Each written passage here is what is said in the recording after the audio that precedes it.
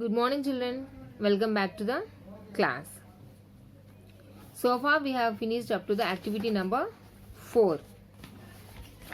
It's in page number 59 in lesson number 6. Now, we'll continue the chapter. So, I think you got a lot of time to revise all these lessons. As I have not continued the classes for the last 4 days, so in this time you have to utilize the time. Don't think that the class has not been recorded, so we can do just time pass. Not like that. If some gap has got in the time, we have to utilize the time. Now coming into the chapter, they have given the do you know box in page number 59. From there we'll start again. Animals are partners of our habitat. They also have a right to live. We people are encroaching their habitat. If we cut a tree, birds that live on it lose their nest and fall in danger. We often see dogs, cows, monkeys suffering from lack of food and shelter.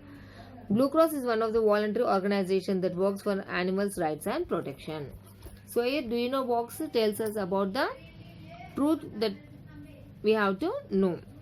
So do you know that there is a Blue Cross organization? It's a famous organization for the animals. What does they do? They work for the animals' rights and protection. And nowadays we are cutting the trees in the forest for the fuel and from other purposes. So when we do this, indirectly we are taking out the shelter of the animals and the birds. The animals that live on the tree's nest, trunk, they'll be missing their habitat. So it's like a crime. If someone removes your house, how do you feel? You'll fight with them and you'll not allow to take out your house.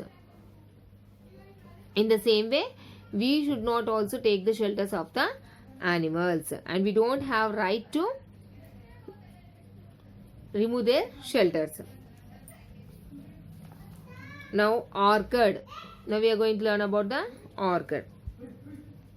Orchid is nothing but the same type of plants are planted in a field.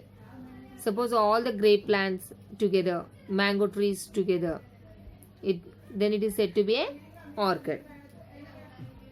Orchid is a wonderful avenue. While traveling by bus or train, we can see different types of crop fields and orchids. Farmers grow mango, guava, sapota, banana, citrus trees in villages.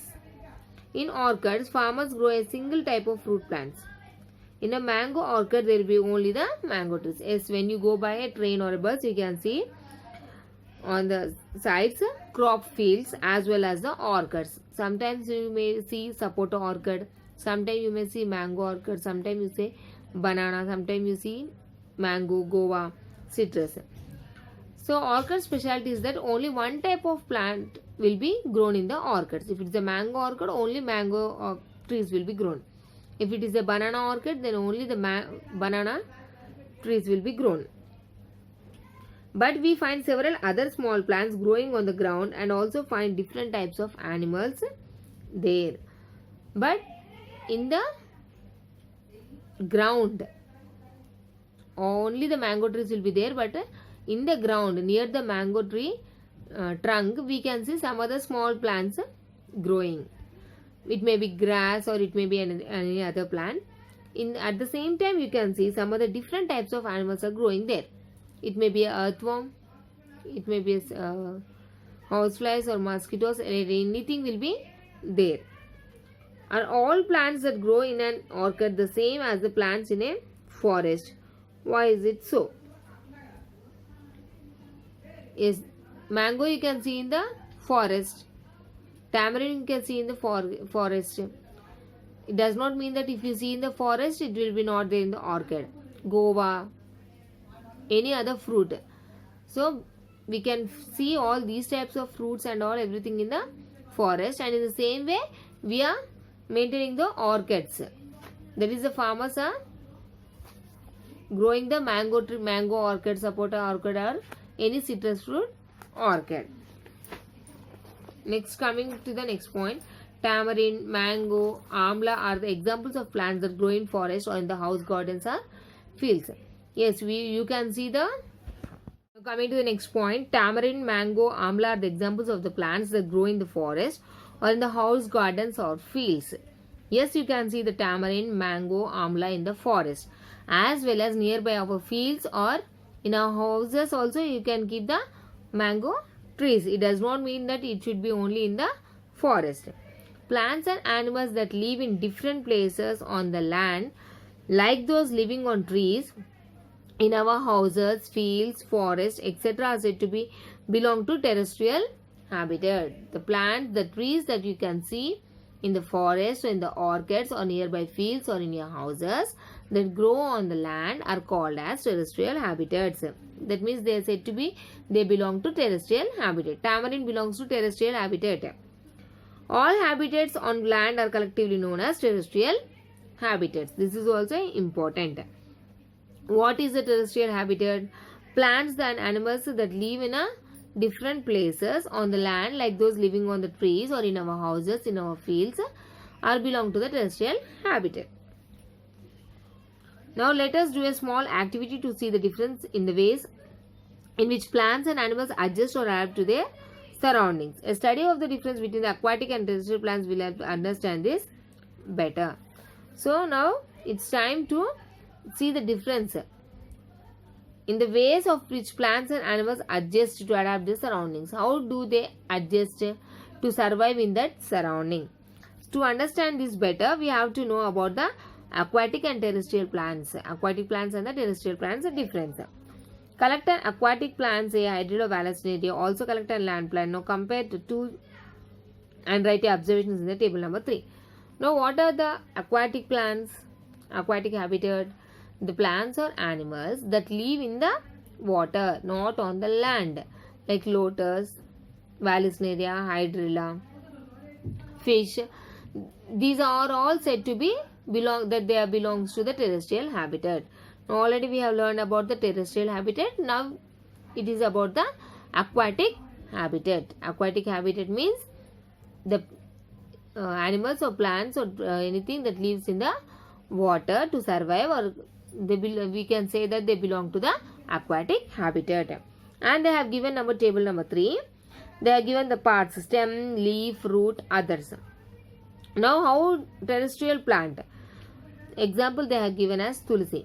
So how does the stem of the tulsi? In the same way, aquatic plant, vallisneria, hydrilla. What is the difference between the stem of a tulsi plant, aquatic plant, vallisneria? What is the difference between these two plants? You have to write down. Next, leaf. How does the leaf of the terrestrial plants and how is the leaf of the aquatic plants? Roots and some other part. You have to write the difference between these two. And this is your homework, table number 3. On the base of your observation, write how is the aquatic plant suited to living in water. So what does the aquatic plant have specially to live in the water? By observing the differences, you can say the answer. Today you write the homework. Tomorrow I'll explain the reason why it is adopted like that, how it is able to suitably only to live in water, and how it is suitable to live only in on the land. Now, diversity of habitats in Telugu states. The plant that grows in coastal regions differ from those of Telangana or Rayalaseema. The plants that are growing in the coastal regions in Andhra Pradesh, that is different when compared to the plants that grow in Telangana region or Rayalaseema region. We can see mangroves only in coastal districts. Grapes are grown in Telangana. So here in coastal districts, we can see only mangroves, and in grapes are mostly in Telangana. Similarly, we can see same type of plants in places of our state. Now, do you know cactus, acacia, aloe vera plants do not need water like chili or jasmine plants. Chili plants and jasmine plants we have to pour water, otherwise they will not grow. Whereas aloe vera, if you keep in your plant in a pot, no need of pouring water regularly. So this is the difference. So chili needs more water, aloe vera does not need water. We can see camels frequently in the desert. Yes, in desert you can see camels frequently. Desert plants and animals are suited to dry conditions and vast temperature differences. Different characteristics in the desert make up desert habitats. So the camel is having a different characteristic that helps the camel to make suitable that place to live. So if camel lives in here, the temperature is not suitable for the camel. The camel body is adapted to the temperature of the desert and the habitat. So the desert habitat is for only some plants and for some animals. Now we cannot go and keep some other animals in the desert in the place of camel, because the camel is its body and its habitat is already adapted to the temperature of the desert. So desert make up desert habitats, the animals and as well as the plants also. So this is all now for today.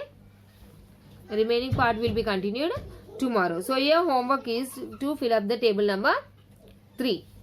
Thank you.